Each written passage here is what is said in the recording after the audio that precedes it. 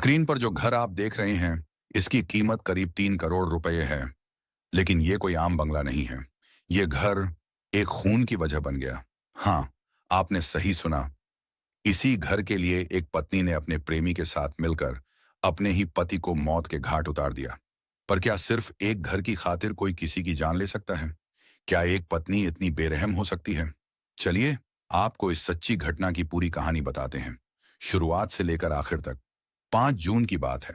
उत्तराखंड के पौड़ी गढ़वाल जिले के कोटद्वार इलाके में एक जंगल के पास पुलिस को एक अज्ञात शव मिला। शव की हालत ऐसी थी कि पहचान कर पाना नामुमकिन था।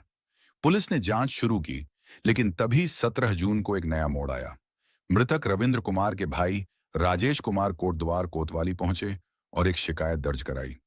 उन्होंने साफ तौर पर कहा, मेरे भाई की हत्या हुई है और इस हत्या के शक के घेरे में थे रविंद्र की पत्नी रीना और कोई तीसरा शख्स। 19 जून को पुलिस ने इस मामले का खुलासा कर दिया। शव की पहचान हुई। ये थे 56 साल के रविंद्र कुमार और उनकी हत्या किसी और ने नहीं, उनकी अपनी पत्नी रीना सिंधु और उसके प्रेमी परितोष कुमार ने की थी। लेकिन आखिर क्यों? पुलिस जांच से जो बात सामने आई वो चौंकाने वाली थी।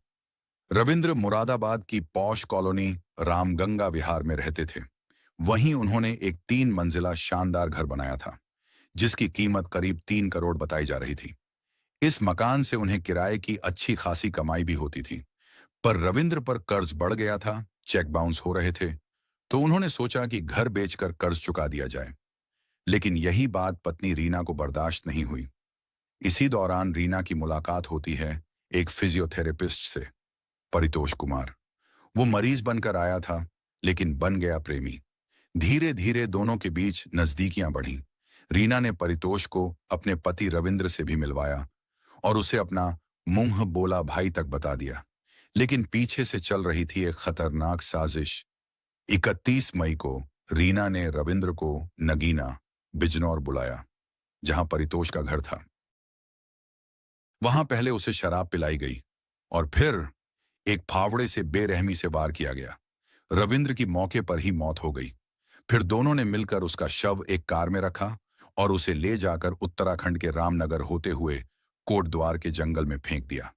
इसके बाद वे नोएडा लौट आए और वहां कार छोड़ दी। अब सवाल था, पुलिस इन तक पहुंची कैसे? कोटद्वार पुलिस ने सीवीसी फुटेज और फॉरेंसिक एविडेंस के जरिए जांच को आगे बढ़ाया।